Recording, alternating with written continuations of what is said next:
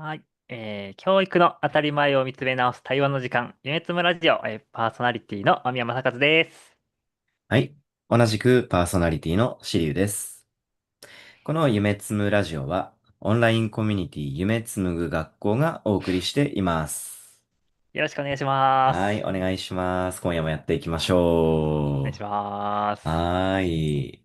さて、というわけで、今週のテーマ、早速入っていきたいと思いますけれども、はい。はい。ズバリ今週のテーマ、子供の居場所づくり。大事。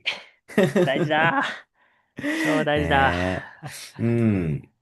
なんかすごい、最近、子供の居場所って、うんうん。学校現場で仕事してても、はい。結構聞くようになったんですよね。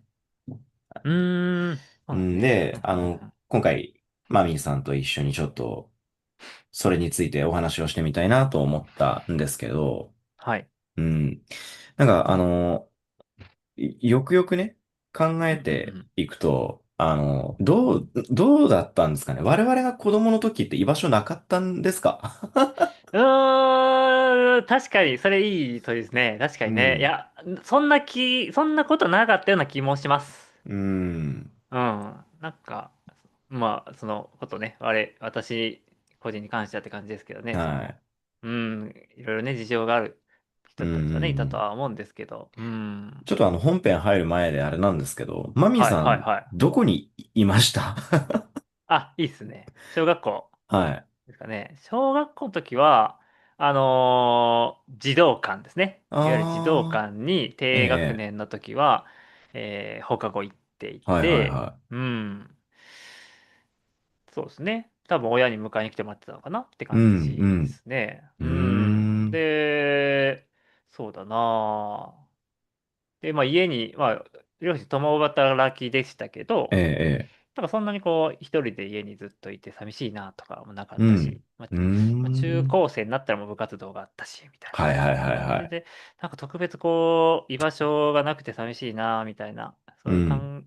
思い出はあまりないかなっていううー感じですね。うんうんうん。ん。シルさんどうなるほど。ですか？僕はですね、家に祖母がいたんですね。うん、いいっすね。で、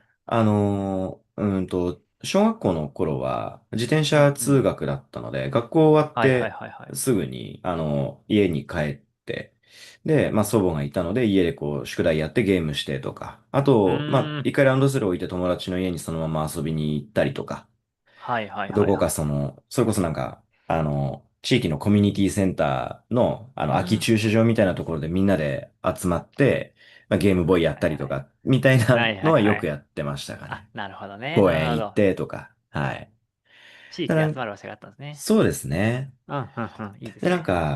今の、マミさんのお話聞いてても、うん、あうん。の、僕らの時って、今うん、ほど児童館みたいな、学うん、童保うん。育みたいな行うん、く子うん。たちも、そこまで膨大な人数だったかな、どうかなっていうようなのを思ったりはしてたんですよね。はいはいはいはいはい。結構多かったのは多かったですか？いやー、どうなんだろうな。そんな多くなかったような気もしますけどうね。ん。うーん。今、僕の息子が小学校4年生で、はい。はい。その地域の、放課後児童クラブに普段は行くんですけど、はい。やっぱそこも6クラスとかあるんですよ。ええそれで、多いっまあ、すね。一クラス単位、まあ、20人とかえくらうん。いいるんですね。すごい。単すごい多い。純計算100人超えるじゃないですか。すごい。で、それぐそうですか。らいの子たちが、うん、うん。まあ、学校終わった後にそこに行く形になってるんですよね。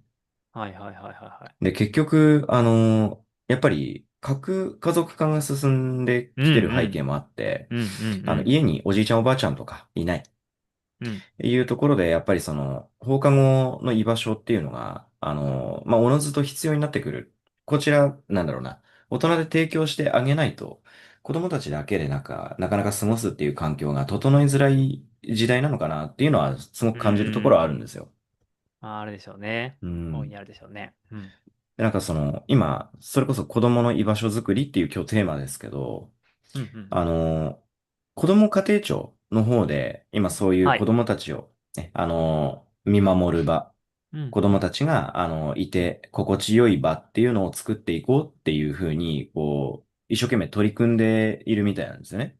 うん、うん、うん、うん。うん。で、なんかそういう背景もあって、今いろんな、こう、放課後の受け入れ施設とか、そういう団体っていうのが、こう、うん。できてきてるような流れがあるかなっていうふうには思ってるんですよ。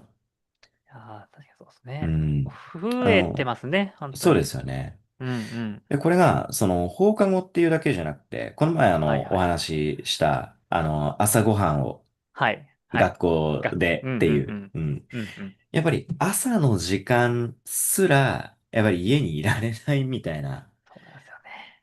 そういうわか環境の子たちも今きっと増えてるんだろうなっていうのはすごく感じるんですよね。確かに、いや、う私も会ん。社員時代は朝ごはん食べてなかったですもん、全然。はいはいはい。あですよね。やっぱりうん、そうなってくうん。ると、お家の人がそういう生活のリズムだと子供たちも必然的にそれにこう、近うん。しい動きになってきたりもするので、やっぱですよそういうね。ところで子供たちの居場所っていうのを、我々が子供だった時よりも、意図的にこう、大人が作ってあげないと、なかなかどこに行ったらいいんだろうとか、一人で寂しいって思いをする子供たちが増えてるのかなっていうのはすごく感じてたところはあったんですね。うん、うん、うん。うん。確かにいいテーマです、本そう当に。っていう中で、その、うん。なんか子供の居場所って言ってもすごくいろいろあるなっていうのを僕も調べてて思ったんですよね。はい、はい、はい、うん。はい。はい。なんうん、か、例えば、うん。宿題カフェって呼ばれるような施設だったり、宿題カフェうん。ね。はいはいはい。あとは、なんか逆に高校の中に、うん、うん、うん。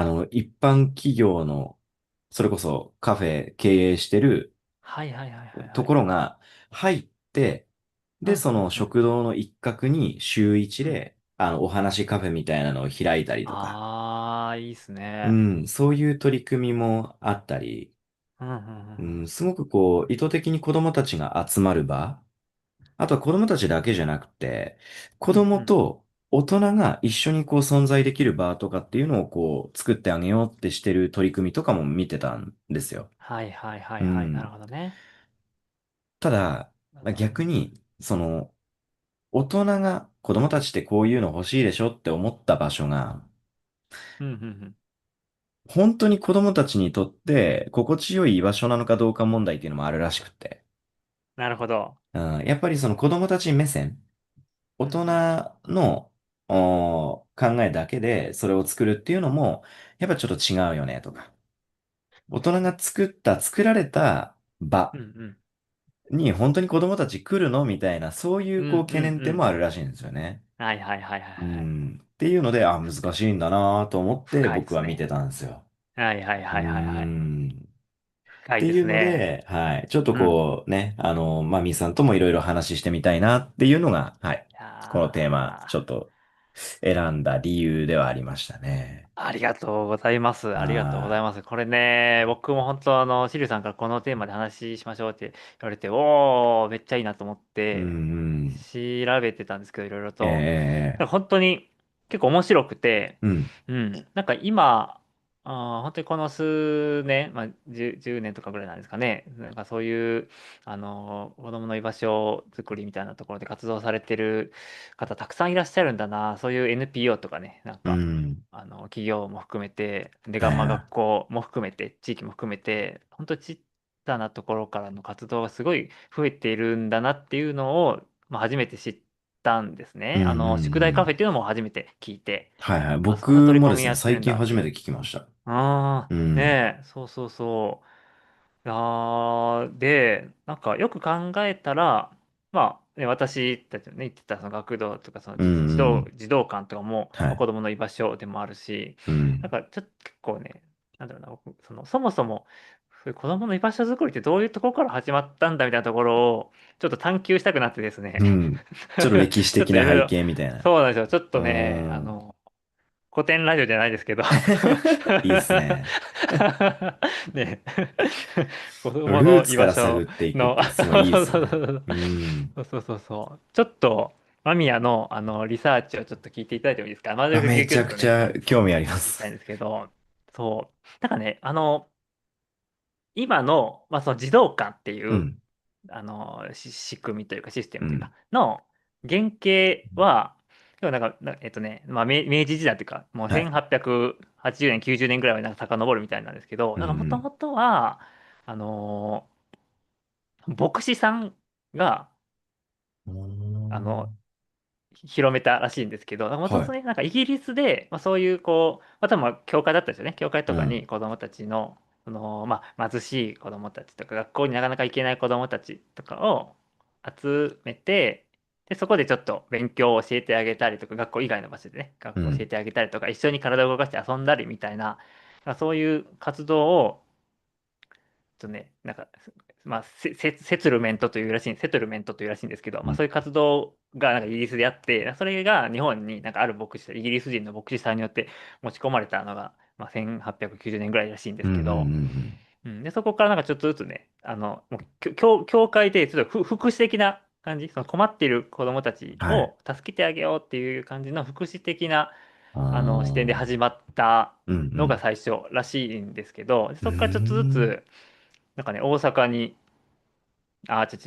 で、その後で、ちょっと戦後まで一気に時代進むんですけど、その後に、児童福祉法っていうのが1947年はいはいには成立されて、その時に学校にそういう子どもたちの居場所となる学童クラブ、児童館い。うん。を置きましょうっていうのがもう法律で決まったみたいですね。こういうもう運営をしましょうみたいうーな運営の基準とかん。がこう法律で決められた。それまでは、そういうもう教会から始まって、でちょっうん。とずつ学校でも個々の学校でそういう取り組みするところがポツポツあったけども、なんか戦後に法律で初めて国としてこれは子どもたちに必要な場所であるということで始まったのが最初だっうーたらしいんですけど、ん。うん、でもなんかそこからその高度経済成長期に入って、もうお父さんもね、こういう24時間働きますかの時代に入り、はいはいはい。で、さらに、ちょっとずつね、女性も社会に進出していうーき、ん。なんかいわゆるなんか鍵っ子はいはいっていう言葉はいはい。がね、なんか子供ながらに昔ありました聞き覚えがね。ね、あるんうですけど、ん。そうが増えていって、もともとは、なんかちょっとその居場所のない子供たちに、あの、居場所っていう、ちょっと福祉的うん。な視点があったんだけど、それが鍵っ子がね、増えていったっていう背景から、なんかもう物理的に子供を預けたいみたいな。うんうんうんうん。うん、もう家に誰もいないから学校終わっても。だからもう物理的に預かってもらえる場所が必要だっていう、そういうニーズの受け皿になって児童館が。うーん。で、すごいもう全国的にもね、なんかすごいどんどん増えていったっていう、なんかそういうのがあるらしいんうーですけど、ん。だから同時に、その高度経済成長期、ね、もういい大学に入って、で、いい企業に入ってっていうのが、もう本当、正解とね、されていた時に、やっぱ勉強、ね、受験戦争とかもね、どんどん始まっていって、なんかちょっとずつその学校に行きたくない子、ね、うん。が出てきて、まあ、いわゆる不登校なんですけど、まあ、登校拒否とかもね、なんか、うんうん。昔はね、なんか呼ばれてた。ね、そうですね。確かに登校拒否って言われたら確かになんかそっちのうん。方がなんかみんなじみあるかもみたいな子供の頃はっていう感じなんですけど。っていう中で、だんだん、その、学校に行けない子たち、学校に行かないという選択した子たちのための場うん。所を作った方がいいんじゃないかっていう機運がなんかだんだん1980年代ぐらいから出てきて、うん。うでもとはいえん。学校の中では、学童クラブとか、なんだろうな、学校の中でそういう自由に居場所作りみたいなのができなかったから、多分フうん。リースクールとうん。うか、そういん。うこう学校外の場所でちょっとずつ、なんか80年代頃からこう活動が、居場うん。所作りをする団体がなんか出てきたらしいんですね。徐々に徐々に。そう。それでうもう、ん。今やね、なんか子ども食堂とかもすごい普はいはい。そう及してますけですね。ど、うん。なんか全国でもなんか1万箇所ぐらいなんか今あるうん。らしいたりとか、本当に NGO 団体とかもすごい増えてうん。いて、だから要するにもともとはその福祉的な観点で、ね、子どもたちに居場所を作ってあげたいっていうところで始まったところが、結うん。局、あの、物理的に預けてもらわないといけないっていう、なんか状況になっちゃって、その受け皿として拡大したものの、学校がそもそもちょっと居場所としてちょっと窮屈だったと、受験戦争、ね、勉うん、うん、強のストレスとかうんね、いじめとかね、そういうのが起きてきちゃって、でも学校の中でそういう、なんていうんですか、その学童クラブ、児童館に、そもそも学校に行きたくないから、うん、うそこにん、も行かないみたいな感じで、なんか学校の外にいろいろ居場所がね、作られていったみたいな、うなんかそんん、な過程があるらしいんですけど、でもうん、実際ね、なんか今、これ前回もなんかお話ししたかもしれないんですけど、不登校のお子さんとか、ちょっと暗い話になるかもしれないですけど、自殺しちゃうね、お子さうん、うん、とん、か、もうすごい過去最多になってるっていう、うね、本当ん、にちょっとね、その子供たちにとってのね、なんか環境がね、なんかちょっと変わってきてるんだろうなっていうのが、なんうかそういうなんかん、数字からもすごい現れているような中で、やっぱりそこになんとかしようと思ってね、たくさん活動されてる方たくさんいらっしゃると思うんですけど、う NPO 団ん、体から民間企業からね、含めて。そうそうそうね、っていう、なんか、だから今、本当にそういう学校以外の第三者機関がたくさん活動されているのは、やっぱりその子どもたちにとって、ね、なんかもう物理的にこの場所がいる、いらないとうかじゃなくて、ん、なんかね、すごい、石入さんもおっしゃってたけどね、大人とうん、うん、関わる、学校、親以外の関係性の大人と関わるとか、気はい。軽にこう自分がいていいんだって思える居場うん、所があるとか、なんかそういうところが、ちょっと一時ちょっと失われてたんですよね、学うん、う校に。ん、ねえ、っていうところの裏返しで、今そういう、ね、活動してる団体が増えていってるっていう背景なんだろうなという、はい。ところなんですけど、そうそうそうそうそうそそうなんですよね。う。うん。だから、やっぱり、小学校だと、放課後児童クラブ、学童保育的な施設って、やっぱりすごいこう充実している。まあ、言ってね、結構入りたいっていう子がいっぱいいすぎて、そこも溢れてるみたいな地域もあるのはあるんですけど、うんなんかそれ以上に、やっぱり今、部活も、うん。うんうん。おー任意制になってきてるところもあるじゃないですか。ああ、はいはいうん、はい。必ず所属しなきゃいけないとかっていうことでもなくなってきていて、うんうん。さらに学校じゃなくて地域に移行していこうとかっていう流れもありますよね。そういうそうですね。うん。ところで、中学校とかも、一日あえて部活をこう全くない日を作ってる学校とかうもあるんーん。ですよ。あ、なるほど。はい。へえ。で、例えばじゃあ水曜日、部活がない日だから、地域の、活動にこう出ていけるようにっていうのをうやろーん。うとしてるんだけど、あ、逆にはいはいはい。地域側での受け皿がないみたいな。はいはいはいはいはい。うん。例えば、ある程度ちょっとこう、なんだろうな、田舎の本当に小規模の都市とかだと、まだボルダリングの施設とかスイミングスクールとかが子供たちの行動範囲の中にあるんうんうんですけど、うん。本当にど田舎の町クラスになると、そういう受け入れ先が全然まずない。はい。だから、ただ、そうですよ暇ね。な放課後になって、友達とうつるんでんうん。遊んで、何の学びにもならない時間になっちゃってるんじゃないか、みたいな課題もあったりうんうんするらしくて。うんうんうんうん。で、それがさらに講習が上がっていって、中学校、はい。高校ってなっていったときに、さらにやっぱり、こう、今、受け入れてくれる施設って本当にたくさんあるのかな、みたいな、なんかうそういう、ん。うーん、なんだろうな、受け皿の方の不足みたいなのも結構懸念うんうん。点にはなってるみたいなんですよ。いやー、うどうでしょん。うね。確かに地域柄ね、物理的にね、近くにそういう場所があるかどうかっていうのもすっごい大事ですよね。そうですね。うねえ。ん。だからフリースクールとかもすごい増えてるんだろうな。はい。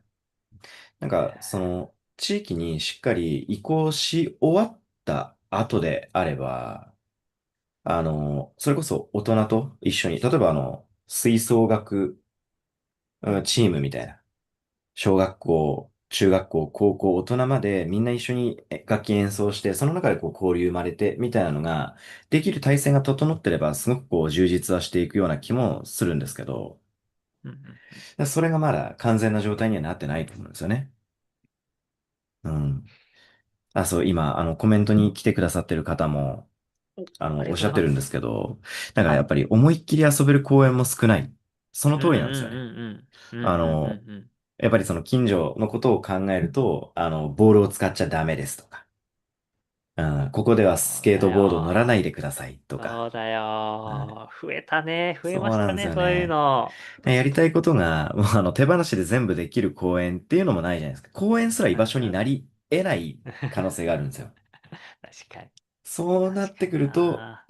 どこが居場所みたいな、すうんうごくこう、んうんうんうん。難しいなって思う部分がありますよね。そうです結ね。局、うちの息子も、放課後うん児童クラブうんうん。行って、でもなんか好きうんうん。な遊びできないとか、はい。読みたい漫画はあっちの教室にあるんだとか、でもそこでこう、もやもはいはい。やしたところもあるらしいので、うーああ、いろいろあるんん。だなっていう、なるほど常々感じね。ますよね。いやー、なんかね、ほんと課題をね、なんか上げると、本当、まあ、キリキリがないというか、すごいたくさんあるなっていうね、うーまあ、そこを一個一個ん。解決していかないといけないっていうところ、ね、なんですけはど、そう、ちょっとね、その今の公演の話も絡めてなんですけど、い。うん。いろいろ調べてる中で、ええ。えっとね、オランダのおはいはい。話をちょっとね、してみたいなと思うんですね。うん。なんか、ユニセフが行っうん。てる、子供の、幸福度ランキングみたいなのがね、あるらしいんですよ。はい数年おきはいはにやってる。い。うん。この国に住んでる子供たちの、なんかそのウェルビーイングですね。うんうん。心地よく生きられてるかっていう、そのなんか経済的な豊かさとうか、ん。健康とか、そういうのはい。だけじゃなくて、本当にもう心がね、ええ。幸せかっていう、うん。っていうのの観点で、なんか90数カ国を、あの、まあ、ランキング付けをね、なんかしているんですけど、1はい。位がオランダうん。らしくて、で、なんかオランダってじゃあ一体何がいいんだって、その子供たちにとって何がいいんだっていうと、まあ、これね、まあ、やっぱり、居場所たくさんあるんですね。なえんか、え。ちょっとね具体的な数字とか、あれはちょっとわからないんですけど、うん。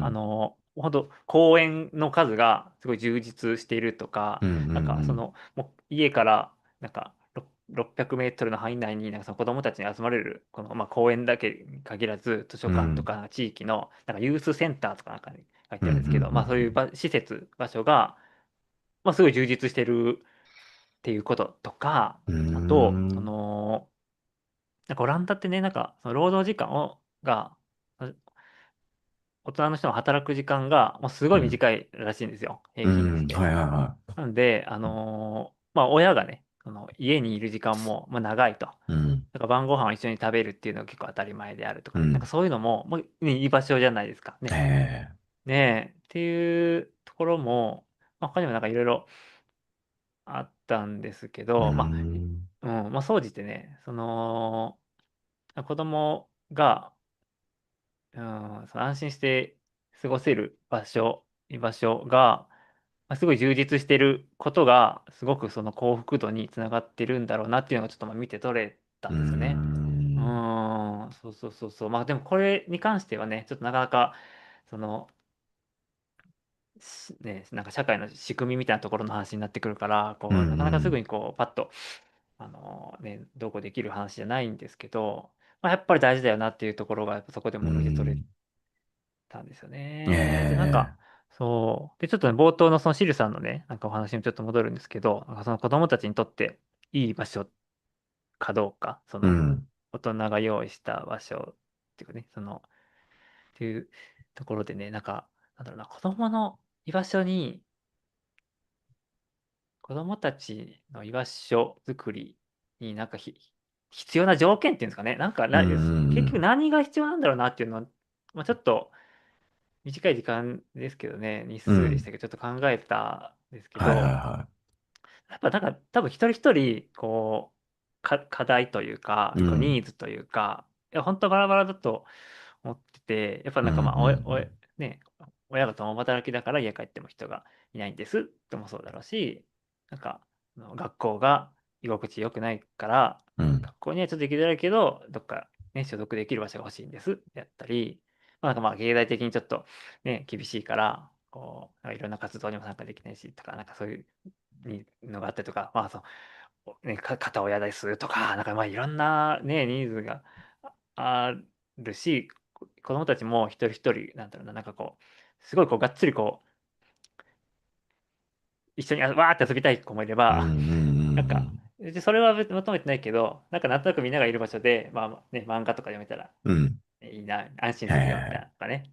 とかいろいろあると思うんですうん。うけど、ん。多分なんかこう、そう選択肢がたくさんあるっていうのがなんか大事なのかなっうん。うん。てなんか思うん。いました。そのなんかアクセスしやすいところにはいはいで、なんかはい。届きやすい場所に、なんかいろんな場所があるっていうのがね、うすごいん。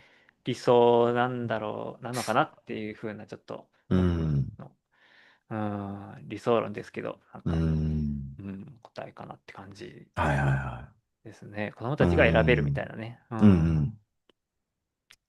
なるほど。そんな風に思いました。はそう。い。うん。なんか僕も、こう、はい。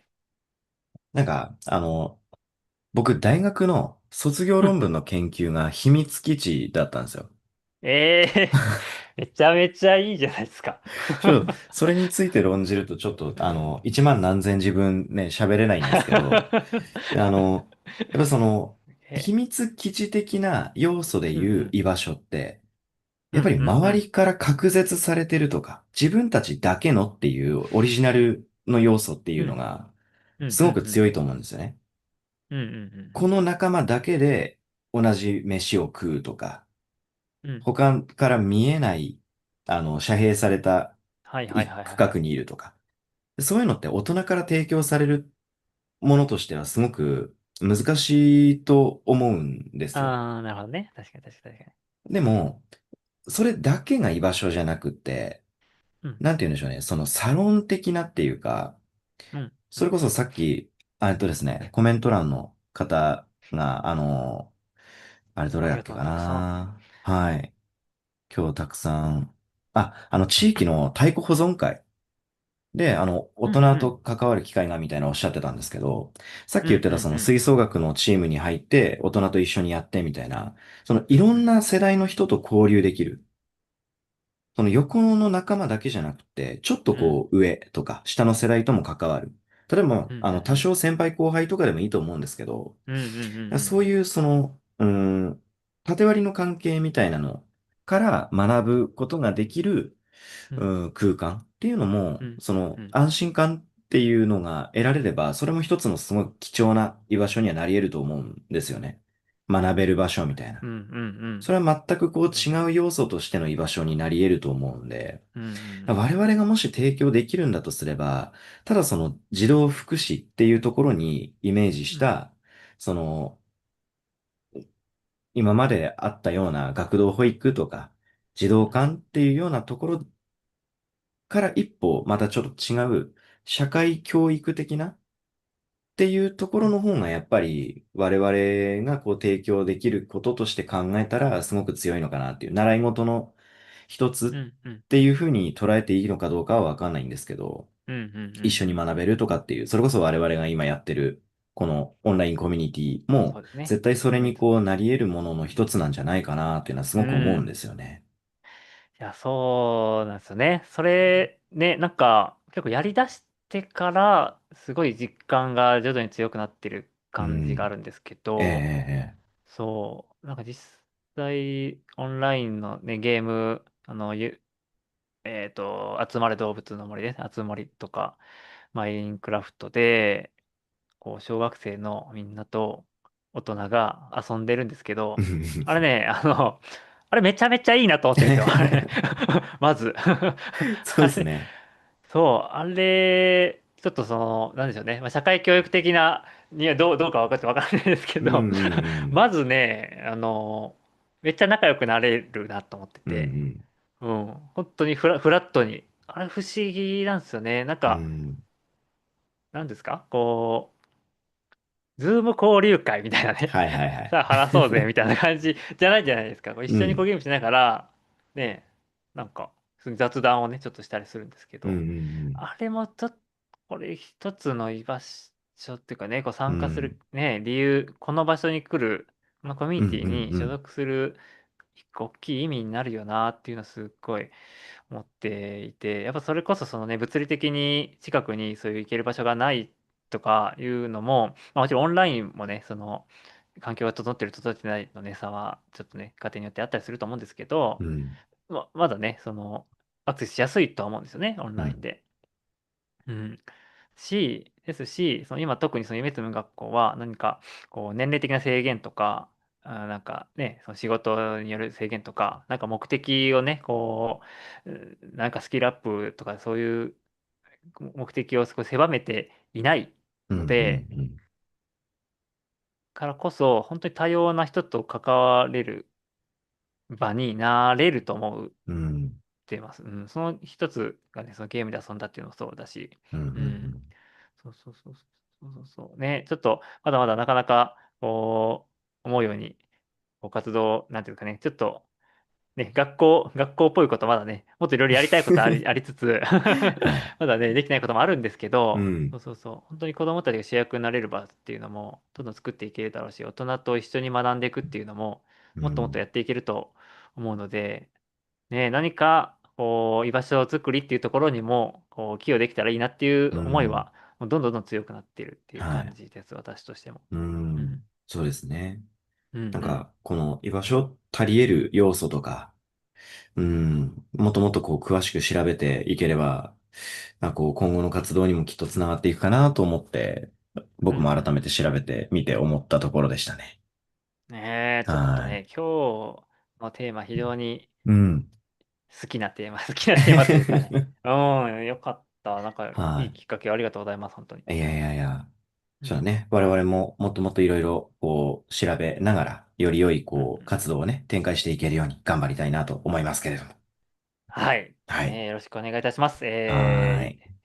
夢つむ学校、オンラインコミュニティ夢つむ学校は、ですね、子供たち、高校生以下は無料となっております。はい。そして、大人も月額980円で25歳以下480円っていう、もうできる限り、負担のね、少ない形で、負担の少ない金額で楽しんでいただけるように、設計したつもりでありますし、これからも、もう今日の話もあったんですけど、大人と子供がフラットに交流して、で、そこから学ぶことって本当たくさんあると思うので、お互いにね、大人も子供もお互いにあると思うので、そういう、居場所をね、普通の学校とは違うような、そういう場所を作っていきたいなと、自分たちらしくね、作っていきたいなと思っておりますので、気になる方、ね、そういう場所に参加したいよっていう人もそうだし、そういう場所を作ってみたいよっていう、ね、一緒に作っていきたいよっていう方も、ぜひぜひ、概要欄のリンクから夢つむ学校の、コミュニティページ見ていただけたらとっても嬉しいです。はい。よろしくお願いしまぜひ、す。よろしくお願いします。お待ちしております。はーい。はーい。じゃあ、今日じゃあ、はこんなところですかね。うんうん。はい。ありはい。がとうございました。いいはい。話ができました。ありがとうございました。はい。もうちょっとさらに詳しく調べてみたいなと思います。ねえ、探求を続けてはい。いきましょう。僕たちも。はい。ありがとうございました。たくはい。さん、ね、チャットもありがとうございました。すごい嬉しかったはい。です。ありがとうございます。では、今日はこの辺りで失礼いたします。はい。ありがとうございましありがとうございました。た。失礼します。